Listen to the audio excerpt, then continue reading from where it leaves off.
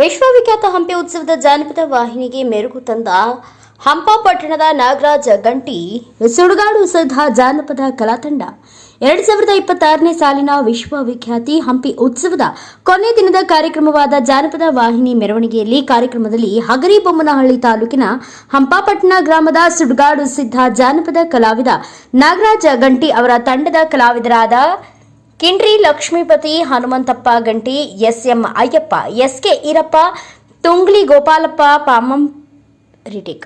ಪಾಮಪ್ಪ ಸುಡುಗಾಡು ಸಿದ್ಧ ಜಾನಪದ ಕಲಾ ತಂಡದ ಸದಸ್ಯರು ವಿಶೇಷ ವೇಷಭೂಷಣಗಳನ್ನು ತೊಟ್ಟು ನವಿಲುಗರಿ ಧರಿಸಿಕೊಂಡು ವಿಭೂತಿ ರುದ್ರಾಕ್ಷಿಲಿಂಗ ಭಸ್ಮ ಲೇಪಿತ ಕಪಿನಿ ಗಲಿಪಿ ಕಾವಿ ಬಟ್ಟೆಗಳನ್ನು ಧರಿಸಿಕೊಂಡು ಗಂಟೆ ಶಂಖಗಳ ನಿನಾದ ಮೂಲಕ ಶಿವರಾತ್ರಿ ಪ್ರಯುಕ್ತ ಜಾನಪದ ವಾಹಿನಿಯ ಮೆರವಣಿಗೆಯನ್ನ ಕಾರ್ಯಕ್ರಮದಲ್ಲಿ ವಿಶೇಷವಾಗಿ ಗಮನ ಸೆಳೆದರು. ಜಾನಪದ ವಾಹಿನಿ ಮೆರವಣಿಗೆ ಕಾರ್ಯಕ್ರಮಕ್ಕೆ ಹೊಸಪೇಟೆಯ ಶಾಸಕರಾದ HR ಗವಿಯಪ್ಪ ಅವರು ಚಾಲನೆ ನೀಡಿದರು. ಈ ಸಂದರ್ಭದಲ್ಲಿ ವಿಜಯನಗರ ಜಿಲ್ಲಾಧಿಕಾರಿ ಕವಿತಾ ಮನ್ನಿಕೇರಿ, ಹೊಸಪೇಟೆ ತಾಲೂಕಾ ತಹಸೀಲ್ದಾರ್ ಶ್ರುತಿ ಮಲ್ಲನಗೌಡ ಅವರು, ಕನ್ನಡ ಮತ್ತು ಸಂಸ್ಕೃತಿ ಇಲಾಖೆ ಸಹಾಯಕ ನಿರ್ದೇಶಕರಾದ ಸಿದ್ದಲಿಂಗೇಶ್ ರಂಗಣ್ಣನವರ್ ಹಾಗೂ ಪೊಲೀಸ್ ಅಧಿಕಾರಿಗಳು, ಇತರೆ ಇಲಾಖೆ ಅಧಿಕಾರಿಗಳು ಉಪಸ್ಥಿತಿಯಲ್ಲಿದ್ದರು.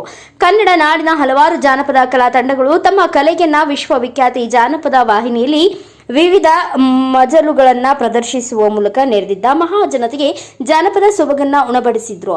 ವರದಿಗಾರ ಎಂ ಶಿಶಿನಾಳ ಶರೀಫಾ, ಕನಕ ಟಿವಿ, ವಿಜಯನಗರ.